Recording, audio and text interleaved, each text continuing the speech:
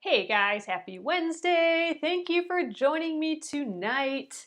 Thanks replay viewers for watching, and thank you YouTube viewers for watching as well. My name is Alyssa Thomas from Penguin and Fish, where we make lovely and quirky hand embroidery patterns and kits.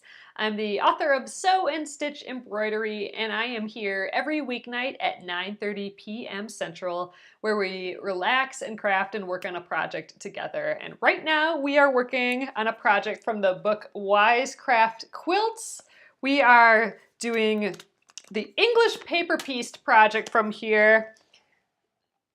There we go. We're doing the hand-stitched paper pieced project. Isn't that just super, super pretty? I'm having so much fun with it. I hope you guys are too. This is day 3 working on it. I'm here about an hour every night, and that's what we're working on in the project. So this is hour 3. We got this far done. I'm planning on doing mine like this. So there's a coloring template sheet in the links above if you want to test out some colors. I'm kind of doing this little flower thing. I'm hoping that ends up looking like a flower. We'll see. I'm a little nervous about my colors, but I'm hoping it'll all work out.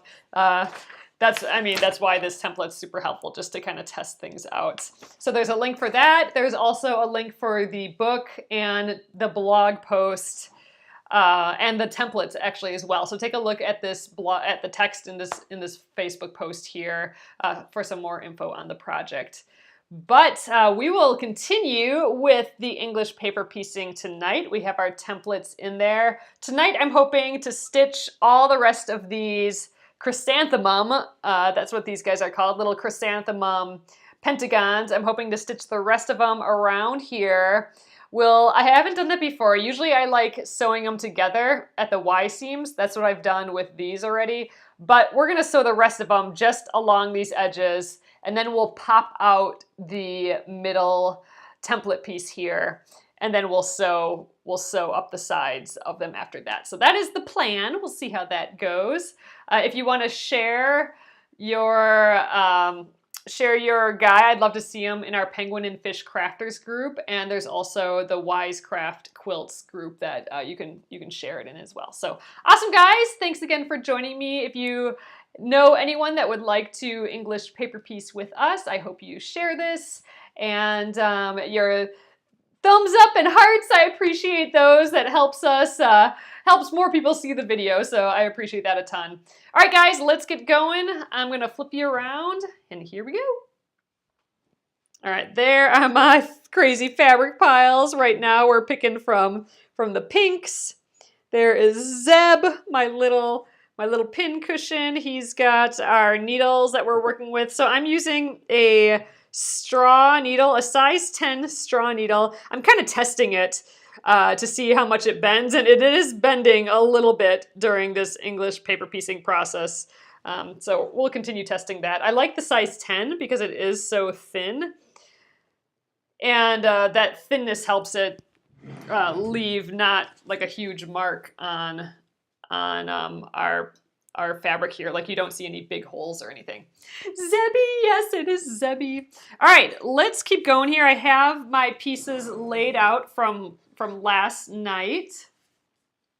So it's gonna go right like so.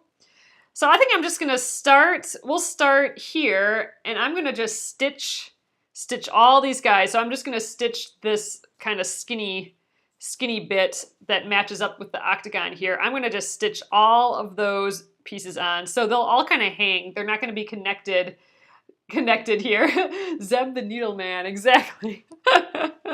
I've been talking about how I want to buy a friend for him. So when this is from, oh, I haven't put the link on here, but from Fish, oh gosh, what is it again now? Fish Museum and Circus.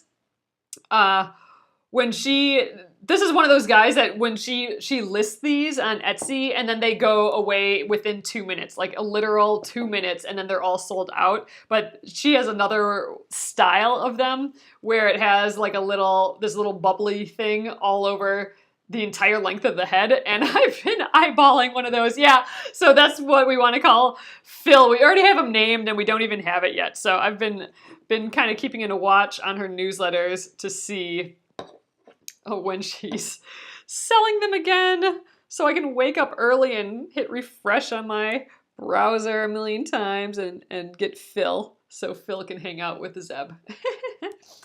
All right, guys, thank you so much for joining me again tonight here. I hope you're having fun with this English paper piecing. It's kind of a nice interim project. You know, we're working on the I Love Home block of the month quilt along, and that's like a more long-term project. I love peppering in these little projects between or like within larger projects. Then you can feel like you get something accomplished while you're working on larger projects. All right, let's put our first one here. I'm gonna put the right sides together, and we are lining up from point to point what we need to match here. Okay, and I'm gonna clip that. So I have not actually done it in this way before, where I stitch all the guys on without doing the Y stitch. I am much more comfortable stitching, you know, this edge to this edge and then making that Y turn. I feel like that gives me like a really good point because you're matching up these 3 points, kind of like how we did here. So I'm twisting my finger around here. I'm not gonna do that this time. This time I'm gonna just stitch all these pieces, and then I will try and match up, you know, this pink to this yellow, those points. We'll just see. I haven't done it that way. I know a lot of people do it this way. So we'll give it a go. Oh, I should share it to her and maybe she'll make you a special fill to go with Zeb. I don't know. She sells out real quick. I don't think she, I don't know. I don't know if she would make a special one. Maybe, I don't know. Maybe I will write her, Bonnie. I need a little Phil to go with Zeb. We've already named him Phil because I keep talking about that headpiece that he has on him. And I call it like his phalange on his head. And so we've called him Phil from the phalange.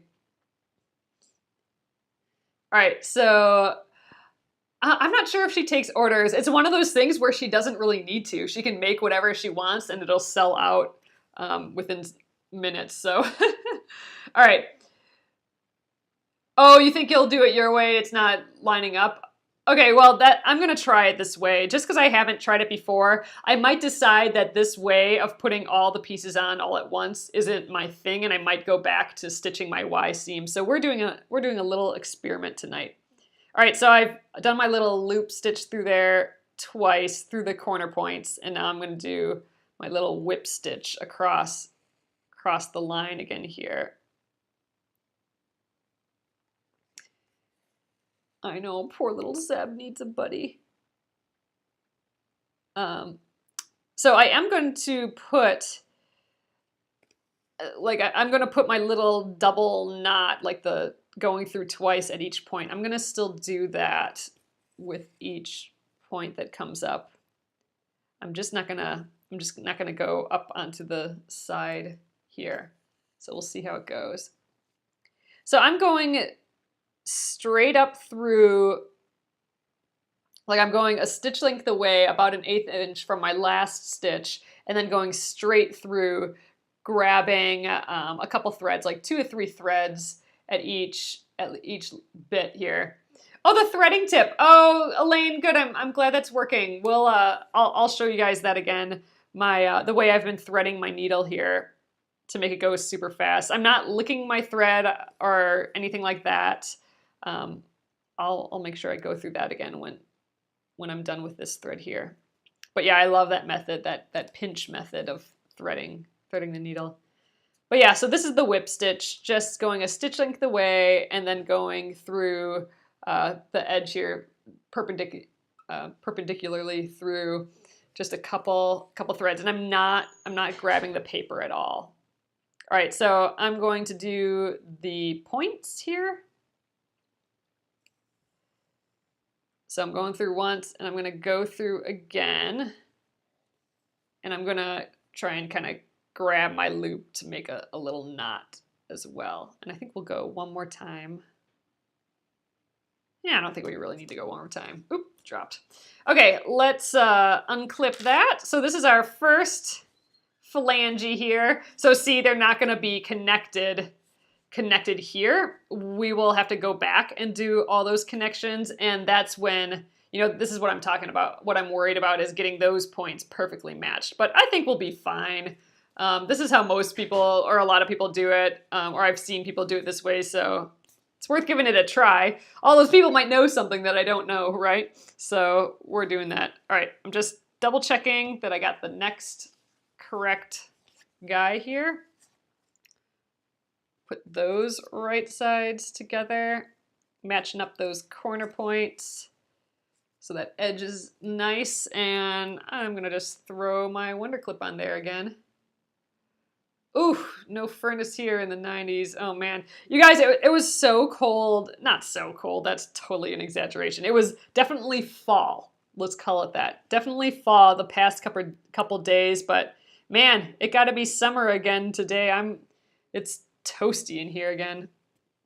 All right, I'm gonna do the loop. So even though I kind of sealed off that corner there between the pink and the purple, I got to do the same thing here, starting at this next point with the yellow and the purple.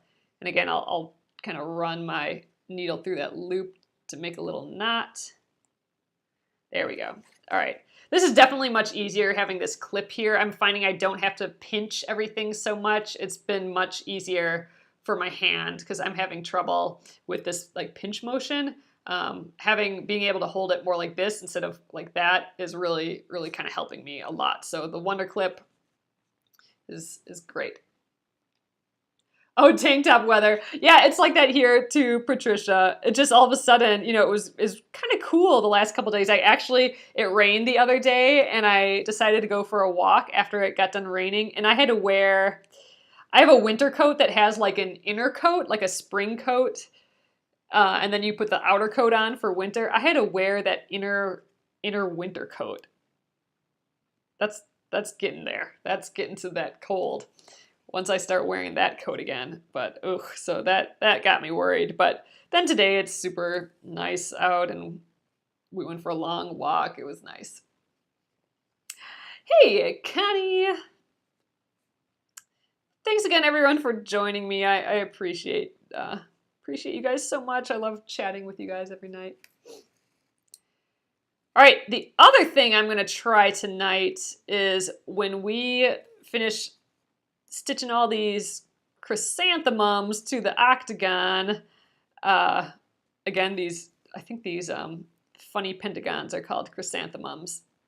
I'm going to take out this octagon shape because once it's surrounded, I don't need that octagon anymore.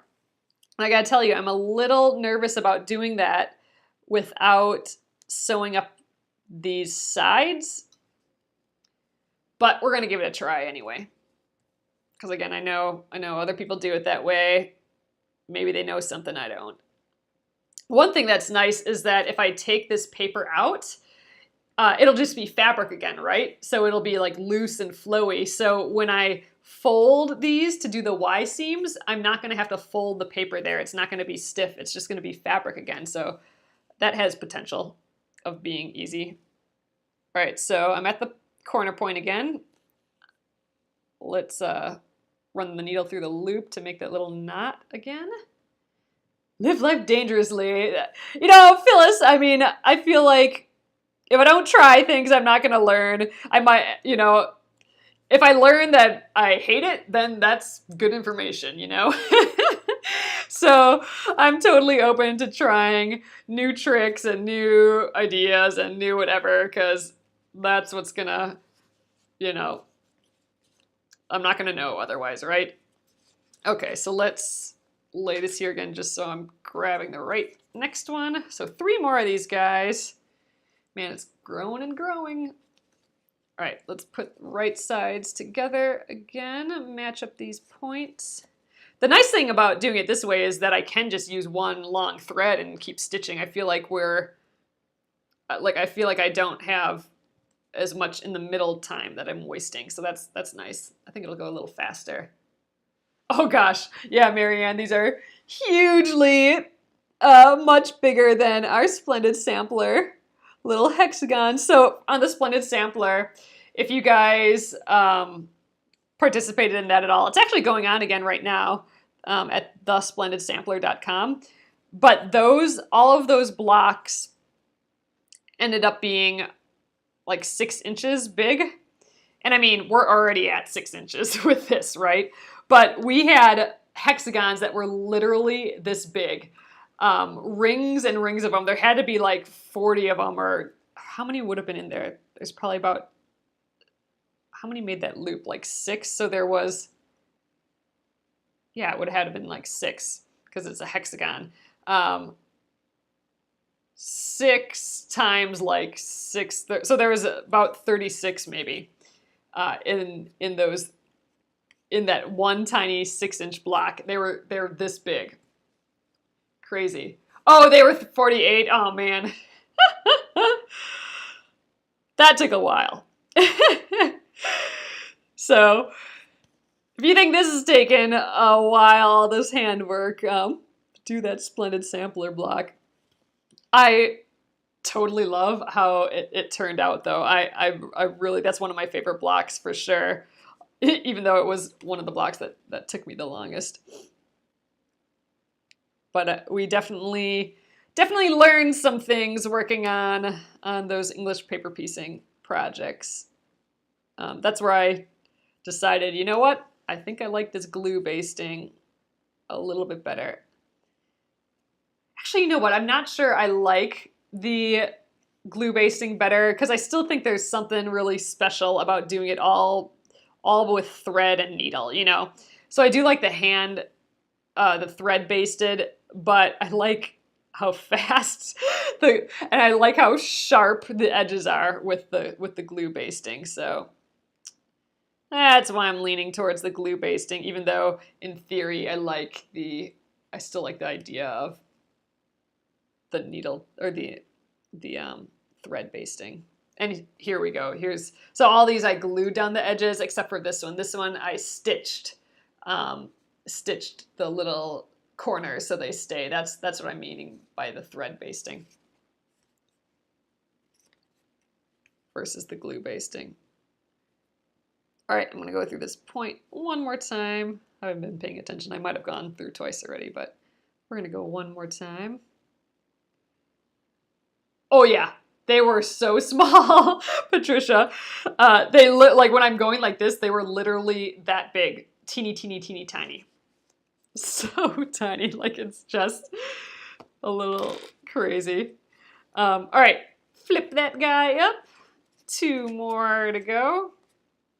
We'll do the last yellow one. Like it's almost awkward for me working with English paper pieces this big because we had nothing this big on the Splendid Sampler, and that's what we've been working on for the past 2 years, which I'm not done with yet either. I still have. Let's clip this first. I still have the border to quilt and the binding to put on. Ooh, I'm not a good left-handed wonder clipper. There we go. I'm not sure if I put a link to the wonder clips in my post, but that's like I said, that's really helping my grip. You put a block in the middle. Oh, so you had extra hexies to do. Oh, geez, Joseph. Nice. And then, you know, after we stitched all those little hexagons, we had to still stitch it on the back of the block. So we had to hand stitch that all. So that took a little bit of time too.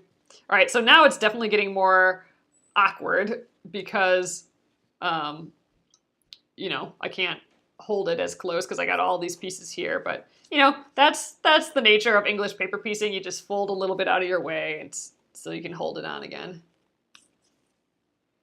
Oh my gosh, you're working on number 82 of the Splendid Sampler. an English paper piece for the third time. Oh man, which one's that? Which one is 82 again, Deborah? I forget. That's not the B, is it? I don't think so. Is it that one that's kind of like a little sunburst? But it's still English paper piecing. I think I remember that one. That one was, I like that one. But yeah, that one for sure, the sunburst one, if that's the one that you're talking about. I don't remember the name of it, but that one is where I was like, oh, glue basting is good. Because that one had to fit really nice and tightly together. Oh, awesome, Josa. Yeah, post yours in the Penguin and Fish Crafters group. But yeah, that one, the pieces really needed to fit well together. And I noticed that doing it the glue basting way really helped me on that block.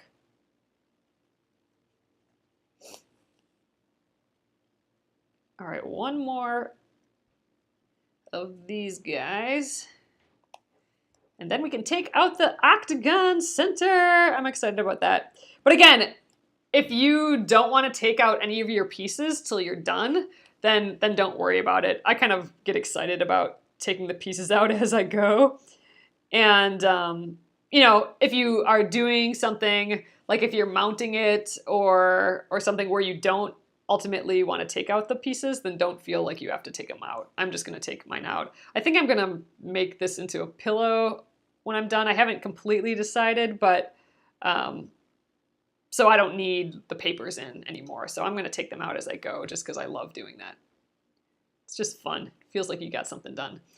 All right, that guy, one more phalange here, and we'll have this center going. Then I'll go back and stitch all our center areas. Okay, last little pinky.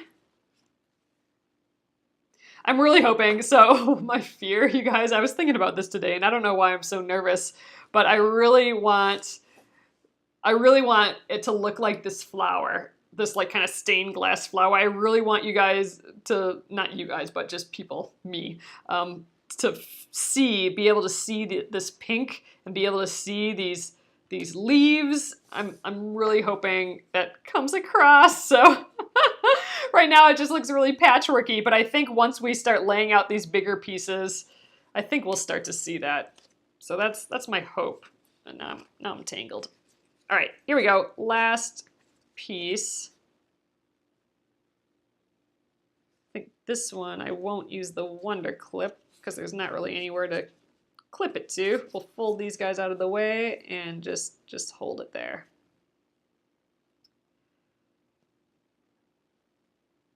I think I'm missing part of your conversation here. Under the apple tree, hexagon center. So I'm just using for English paper piecing, I'm using the 50 weight Aurifil, and that's what I use through the Splendid Sampler too. Oh, you nearly shredded your hexie taking off the paper. Oh, huh, that's a bummer, Elaine. I mean, I did notice, like, during the Splendid Sampler when I was using the glue method, sometimes it would take a little bit of the paper with it. If your seam allowance is big enough, you should have enough seam allowance, even if some of it, you know, gets shredded a little bit. But yeah, just like a water-soluble glue. Now this piece is tricky. I've got all these other phalanges hanging out here in my way.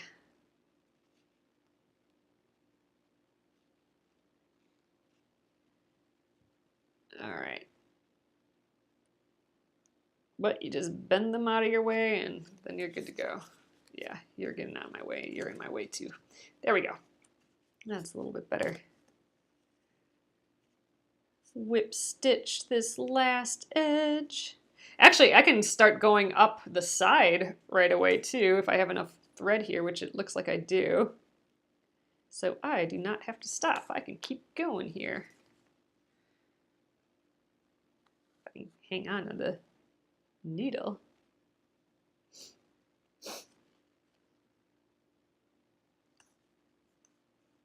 I think I have a little knot in my thread. too. So maybe it might be best just to cut a new piece of thread and keep going. But I kind of want to go up to the side, do this one Y seam.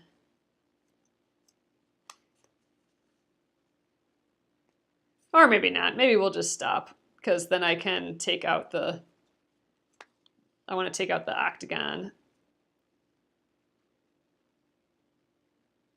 And I'd like to try and do going up the sides of these all at once. And it'd be kind of weird to just have one in the middle that's done already, I think. So we'll tie it off and then pop the little piece of paper out for the center. All right, I'm gonna get these corners, fold this guy back up. So I'm going through the pink and the purple, not that yellow one.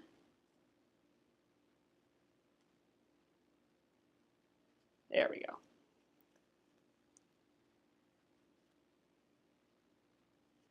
Going through again, and we'll add that little knot in there. I think I'll do that one more time. Trying not to go through the paper.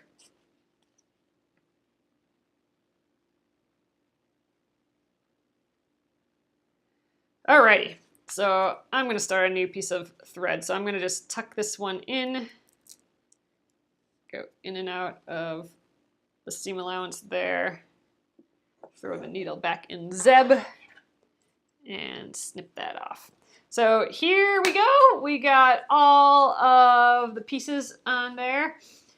So these guys are not connected. Our 3 that we did earlier, I did do that Y seam already. Next up, we'll do the Y seams of all these. I think I want to start from the corners on each of them down here just to really make sure I got those corners right. And I'll probably sew up to here, and then I'll probably just jump to the next one and jump to the next one and jump to the next one. So we may have like a big piece of thread there, but I'll kind of tie it off so we can snip them later. I think that's the plan. But let's take this middle guy out. He's surrounded now, completely surrounded by other pieces. So it's probably okay to take him out.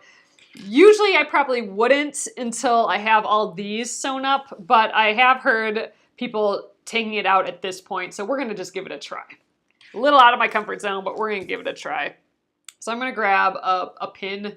I like these T-pins just because they're kind of hefty. I'm gonna go around this seam allowance and just try and get that glue off, and it's actually mostly all the way off already.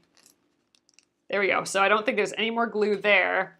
And now, since I have that little circle that I've punched in the middle, I should just be able to pop it out. Otherwise, I'd have to go open it and kind of dig it out, like try to dig out the edge with a pin.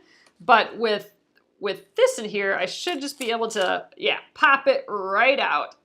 So there we go. Now we are back to fabric, which is great because look, now for these Y seams, I can just fold it like that and the fabric will just fold kind of perfectly. Okay, I like it. I think we'll be good to go here. Awesome, so that's our first piece done. And you can see, you know, I do have a few little glue marks on there. I do have a few little pin pricks and, you know, a couple little folds. But other than that, this should be a completely reusable piece. So you should be able to use your template pieces once you're done with them. So I'm gonna just add that back to my group. So completely reusable. So if you were doing like a quilt that had like 6 of these in or like 8 of these in, you should be able to just use the same template pieces if you're doing them one at a time. So you don't have to buy 4 different template pieces. Your templates should be, you know, you should be able to use them still. But yeah, that's the whole point of that little punch that we put in there. Really easy to pop out. So, okay. I think I'm gonna just start here. Our first open guy here, and I'm gonna start, like I said, from the center, go up, and then we'll just jump to the next one. I wanna get all these pieces sewn together before we move on to that outer circle. So, all right, let's get some more thread. All right, get our, that's the thicker straw needle. This is the size 10 Milner's or straw needle. Oh yeah, and I was gonna show you guys how I thread my needle again. So I don't hold out my thread like this and try and get it in the tiny, tiny eye. Like, look how small the eye of this needle is. I mean, it's teensy. I don't try and, you know, from afar get that thread in there, you know? And I don't like lick it or anything like that. My method that I like using is the pinch method, and I do this for embroidery too. So what I do is I bring the thread so I can pinch it in my fingers like that. So, you know, if from the side, you can see just a hair of it come out, right? So I'm pinching it and I'm gonna slowly release. And the moment I can see the tip of that little bit of thread there, I'm gonna lay my needle, the eye of my needle right on there. And I'm gonna continue to unpinch and push my needle down, and you get your little piece there, and then you can grab it with your fingers on the other side and pull it through. It's awesome. I love doing it that way. And if you're having trouble, take your scissors and get a clean edge on there. That will usually do the job. All right, I'm gonna tie my little knot again. Let's try doing that knot that people do here. So how do they do that? Do they wrap it around their finger like this, and then they just do that thing where they just go like this, and then they're able to tie a knot? Let's see, can we do that? Yeah, we kind of did it there. Kind of have a knot. I don't know, I'm gonna have to practice that little rolly thing. Oh, in beading you call that needling the thread instead of threading the needle. Oh, needling the thread. Ha, love it. We're needling the thread instead of threading the needle. Okay, so starting here, I'm gonna go this way. I wanted to get the point closest to the octagon done first. And I always work kind of right to left. So I'm holding it this way. Let's really try and match those points up, the starting and the stopping points, and matching those edges up. I'm gonna throw my Wonder Clip on there again. Boop. And now starting here, I'm gonna do the same thing that I've been doing at every corner. I've been going through both little edges, both little points, and then going through a couple more times. So we'll go together once, hold those tight there, and then I'll keep stabbing myself. I'll go through again, and I'll loop it through to make a little knot there. And there's all sorts of different techniques. So, you know, people tie their knots differently, or they start differently at the beginning, or maybe they don't do a whip stitch. I've seen people do like a ladder stitch here before. And then there's also one that I learned recently called the feather stitch. I can show you guys the ladder stitch if you want to see that. So this is another option. I've just been doing the whip stitch, and for me that's the most comfortable, which is what we've been doing, just going straight across. If you want to do a ladder stitch, you're going, instead of starting on the same side and going vertical the entire time, this time we're going to go across like what we have been doing, but I'm going to go horizontally. So I'm going to stay on the same side, and I'm about a stitch length away. We're going to come out there, and then I'm going to go directly across onto that yellow side, put my needle in right directly across where I came out here, and then stitch a stitch length away on the yellow. And you can tell my, get rid of that guy. My needle is going horizontal this whole time now instead of vertical. So now I'm going to go directly across back to the pink, put my needle in directly across, come up a stitch length away. So in theory, this is a ladder stitch. In theory, this stitch is a little more invisible than the whip stitch. We can compare. So we'll check it out. when we're done here. This, for me, is a little more uncomfortable, and I feel like the fabric is in my way while I do this, you know, because I have to hold my needle horizontal. I much prefer the whip stitch. Although there's one other one I wanted to try, and we'll try that next, called the feather stitch. And honestly, I'm not sure I'm going to like that one either.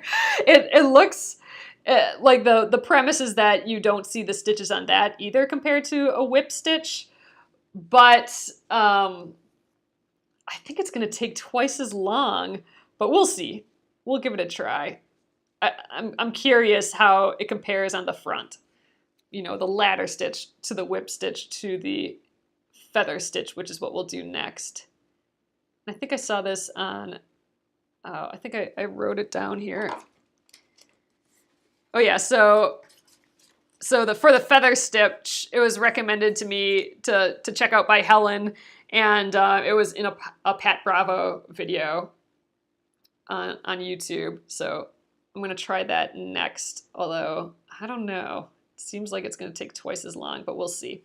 If it's truly invisible and that's what you're going for, then maybe it'll be okay. But I honestly kind of like seeing all the little stitches. I like when you can see a little whip stitch on the front. To me, it makes it seem like, you know what? Someone did this by hand, and I like that. So, all right, this was the ladder stitch.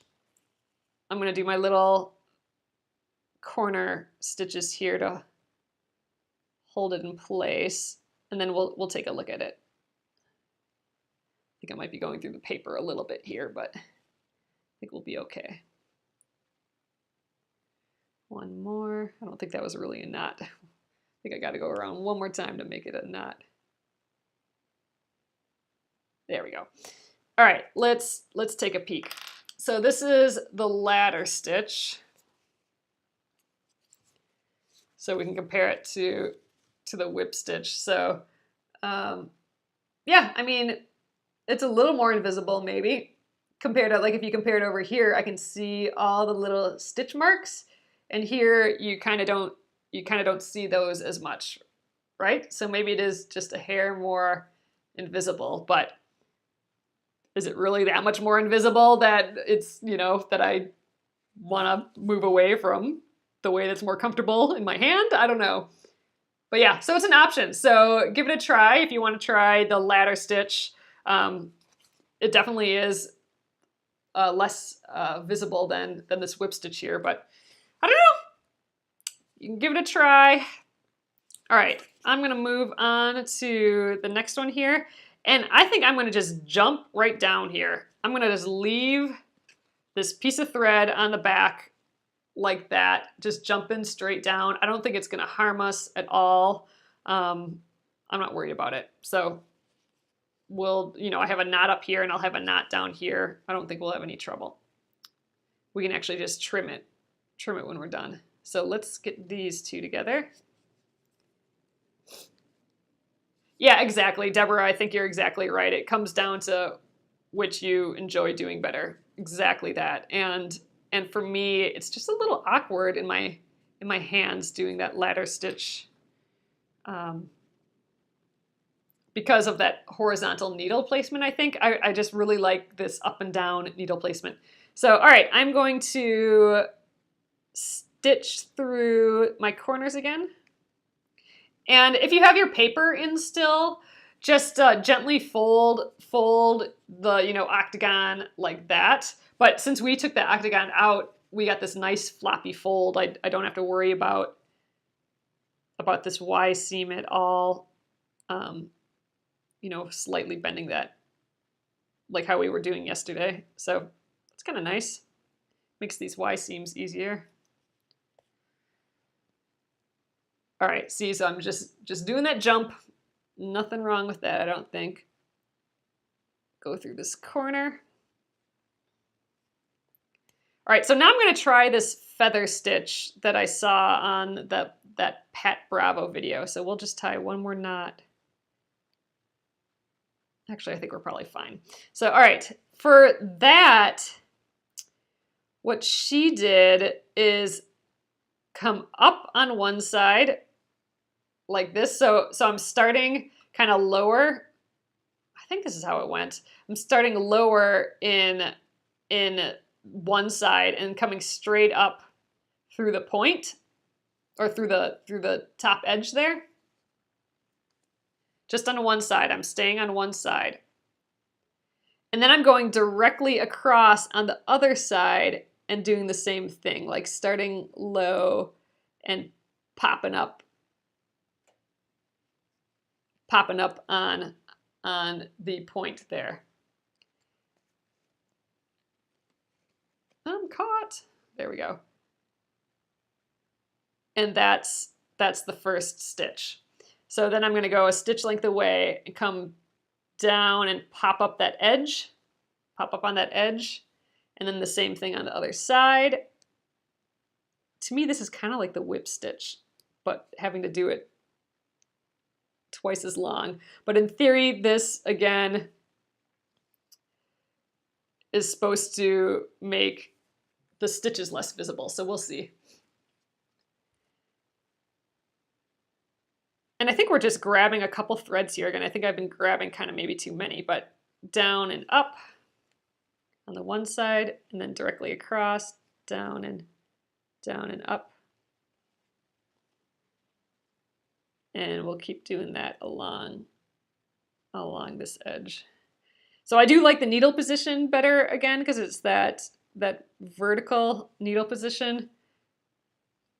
But I think I'm doing it like, I feel like this is like I'm doing twice as many stitches as a whip stitch. Oh, this is how you do it. Oh, you didn't know what it was called. Oh, a feather stitch, Michelle. That's what it was in Pat Bravo's video. It's a feather stitch.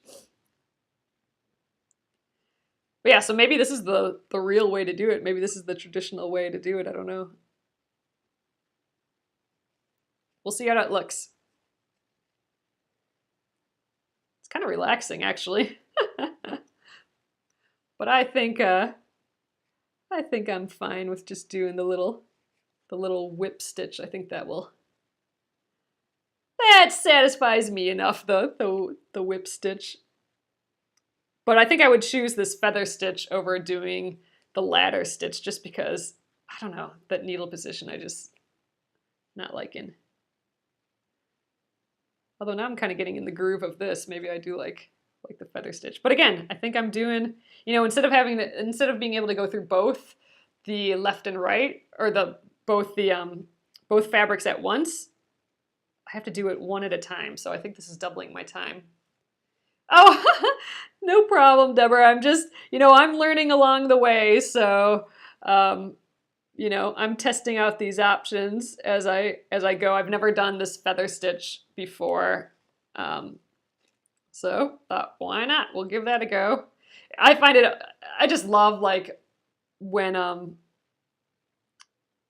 everyone does things differently, and it's just really interesting to try new things. And I mean, that's why I'm like doing all these projects from different designers. It's like, oh, that's interesting. That's I'm learning a great tip from, doing this project and stuff. So, all right, I'm going to go around this corner again. I could probably fit one more stitch in, but we're going to go around the corner.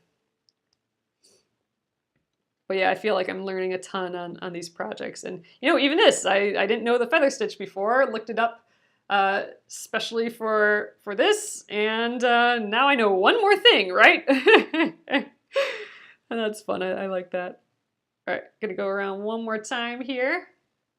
You think you'll try this one? I'm excited to see. Oh man, I'm really bending my needle here. There we go. I'm excited to see how invisible it really is here. So here we go. Let's remove our wonder clip. We'll compare the ladder stitch to the whip stitch. Oh, wow.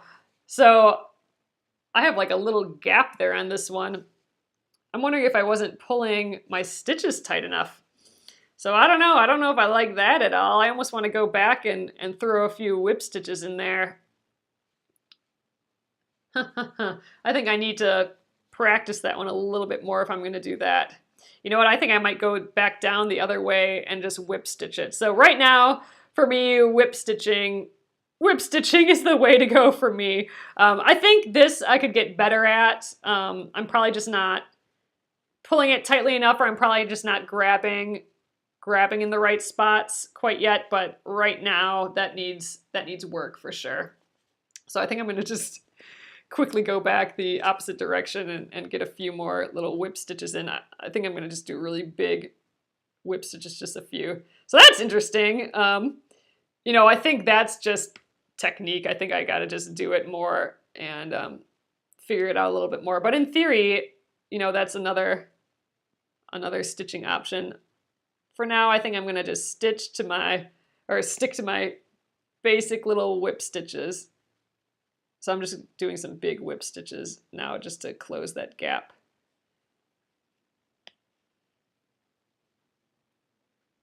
And you know, I'm sure that wouldn't have been the end of the world if that little gap was there. I'm sure once we took the papers out, my seam allowance would probably fill that in. So it's probably not that much to worry about, but I don't know. I'm closing it up with the whip stitch here.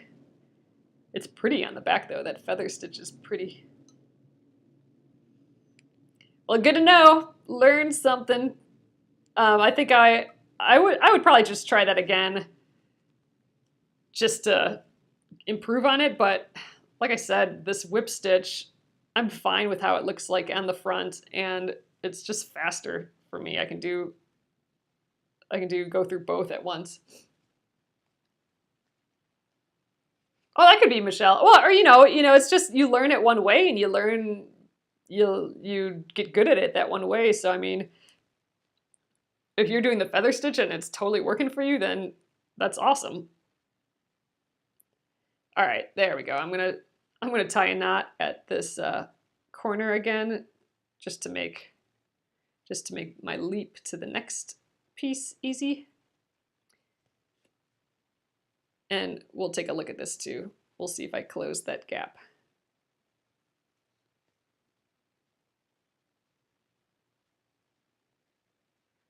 All right, I think that's enough.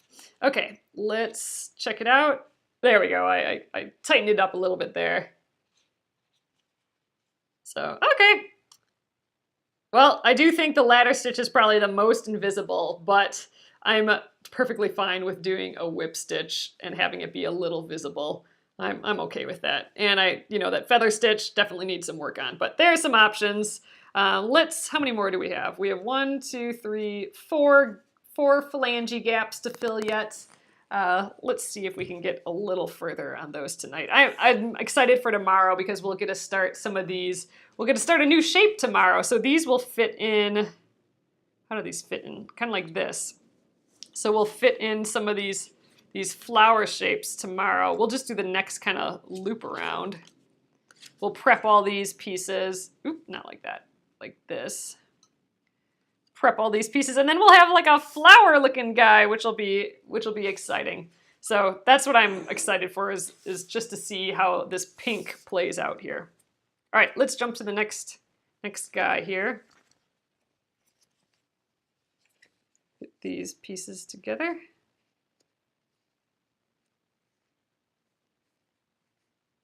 Squeeze that. All right, wonder clip. All right, again, I'm just gonna jump to this next 2 points up here.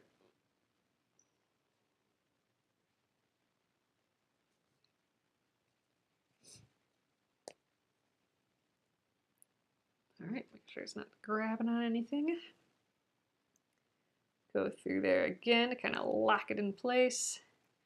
And I'm gonna go through there one more time and do the little knot. Thanks, Cheryl. I'm having a fun time with this project. I'm excited. I really hope you get that flower effect, like how I have drawn in the template sheet. I'm excited about that. I'm excited to start putting the teals in for the leaves. I think that'll be neat. Actually, I'm excited for these pinks too. Pinky reds. There, yeah, like for me, this whip stitch just feels so much more comfortable, just because this is how I've been doing it. And I feel like it's fast, so. Oop, lost my needle there. Let's get that back in. I'm actually going to snip it. It's kind of bent all over the place. Get a nice clean edge. I think we'll get a new thread after this bit. There we go. New thread for the last 3 spaces. I like short threads for English paper piecing and then just switching them often. Then it catches on less things, I feel like. But give it a try if you want to try using a longer thread so you can use it on more pieces all at once and not have to tie a new thread each time. Give that a go. And then try a short thread and see what you like better.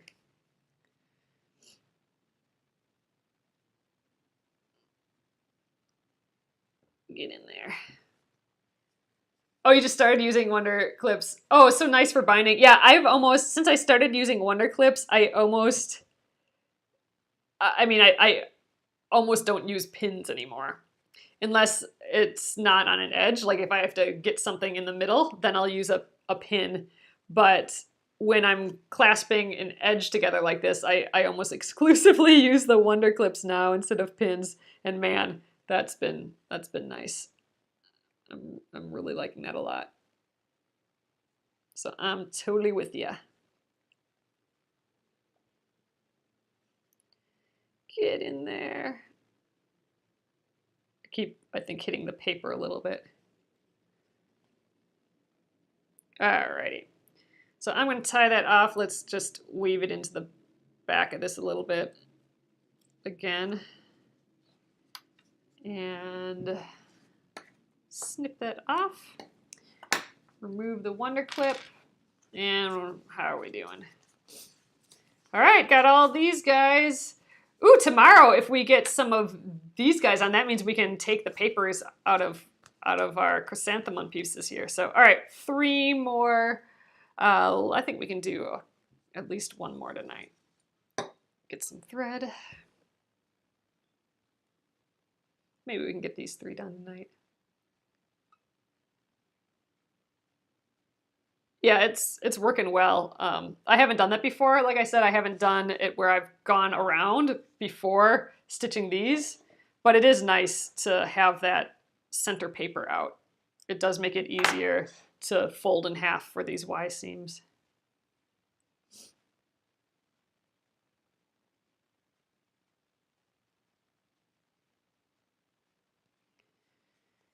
Okay, next up, fold these 2 together. Match those points. Clip her up. And I'm going to start with this yellow and pink point. All your guys' those of you who have been sharing your progress on this are looking so good. There's some of you guys are just using just such fun colors, and other people are really fussy cutting each shape, which is just so fun to see too. Fussy cutting is when you on purpose frame up a certain motif in the shape.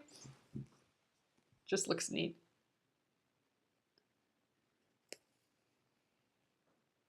Some of you have lines and flowers and all that perfectly matching up between pieces. I'm keeping it to the scrappy fabrics. I did fussy cut that centerpiece a little bit, but not too much.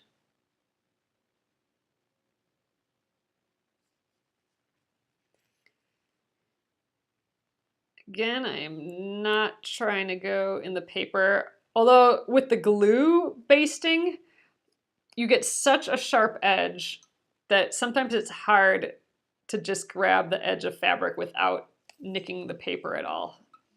So that's why on my octagon you can kind of see a few little nicks around the edge, just because it's difficult to avoid that a little bit.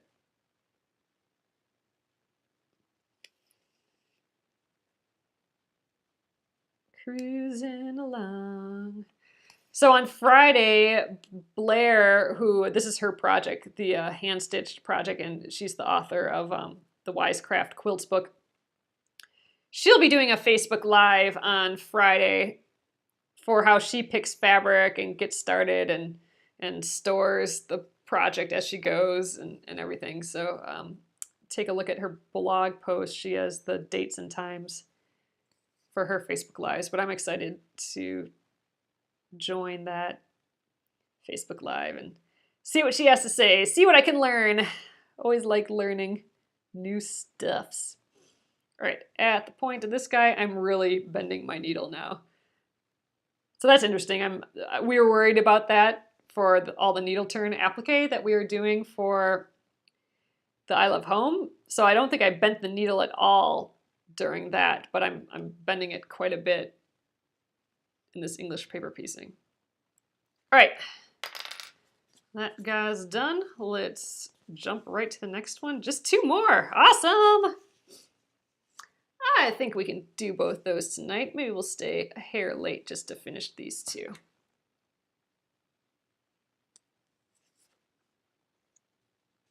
Just gonna jump right up to that one again.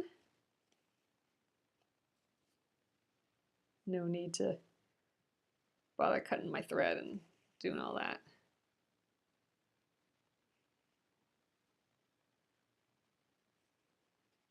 We can do that later.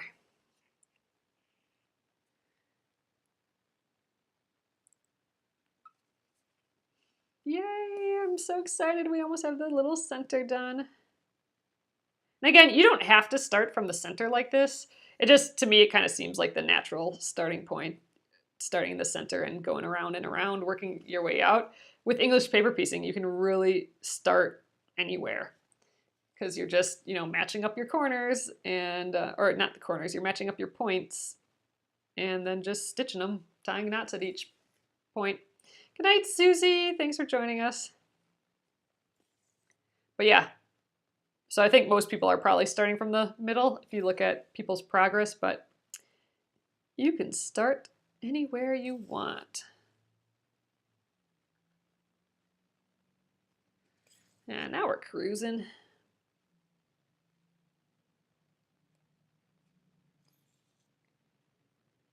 Oh, I'm really excited to take the next group of papers out.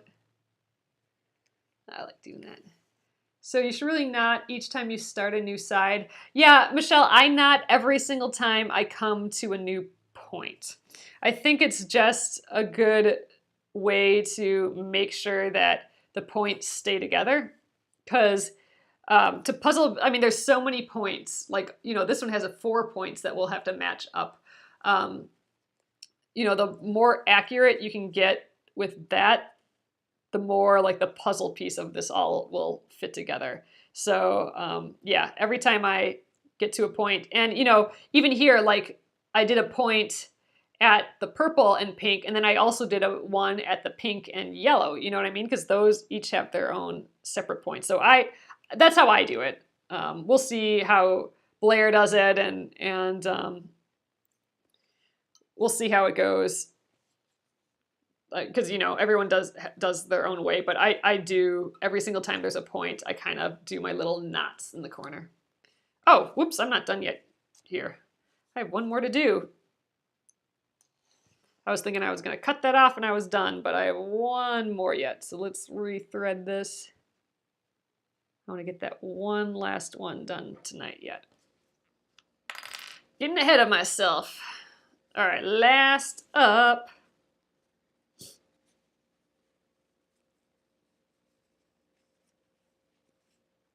All right, I think we're matched up there. Boop.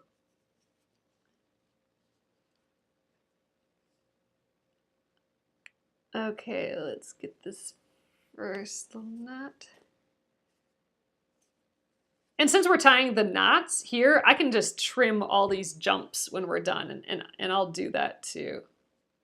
I mean, they're not harming us, they're not in our way by just staying there, but I can just clip them because I do have these knots in the corner, so I don't have to worry about them coming apart. Ooh, we're gonna have just enough thread for this last little bit. That's good.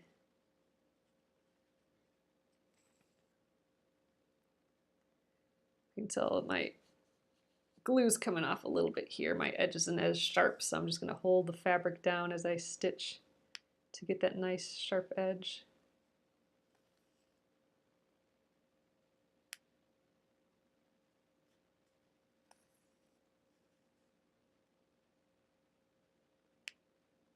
You can hear me hit the paper as I go through.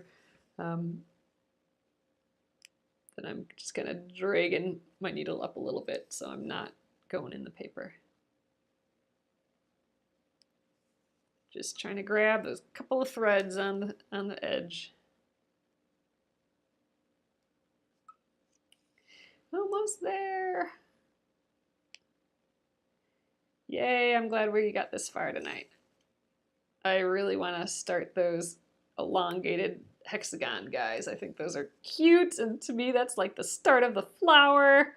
I'm stoked for that. So we'll at least prep all the pieces for the next circle, like this flower area tomorrow, and I think we'll still get to start stitching them on too, because this glue method goes pretty quickly in this whip stitch. All right, at the corner again, do our little loop through. Oop, I think I got a little knot almost. Oh, there we go. One more time.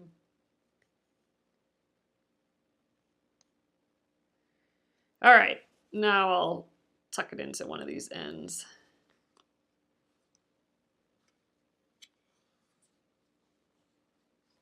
Ugh, I got a little knot here. I'm gonna have to cut the needle off.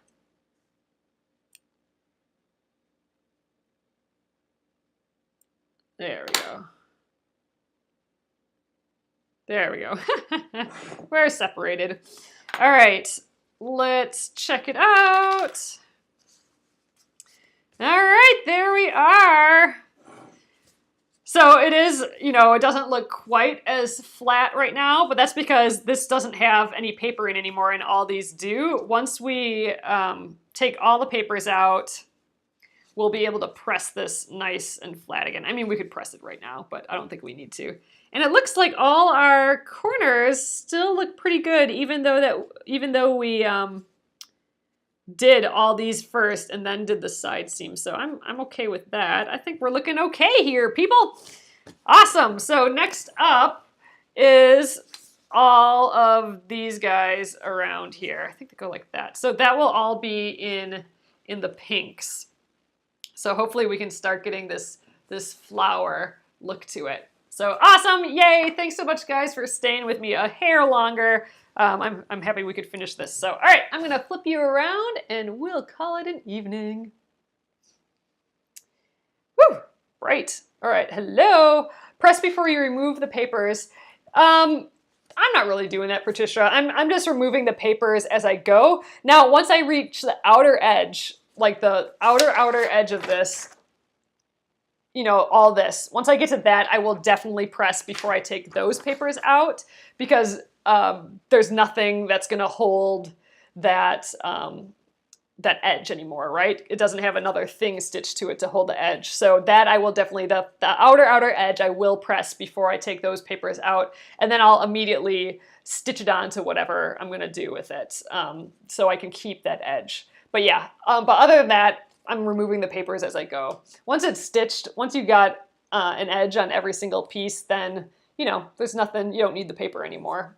It's being held in by its own seam allowances. So awesome, that's the top. Yep, that's the top there. So woohoo, we got a little start. I'm liking it a little bit better now. I think I can see, I think we'll be able to see these pinks. I think it'll look like a flower. That's what I'm hoping for. So awesome, guys. So we'll be back here tomorrow at 9:30 p.m. Central, and this will go up on the Penguin and Fish YouTube page at Penguin and Fish Movies. You can watch the replays there, and then it'll also stay here on Facebook on the Penguin and Fish page. And I hope you join the Penguin and Fish Crafters group. A lot of people are sharing what they're sharing, how their progress on this is going, and it's really fun to see. So awesome, guys. Thanks again. I appreciate you guys being here. And I will see you tomorrow. Tomorrow's Thursday already. Sheesh, this week's going by. All right, guys, have a great night. Good night.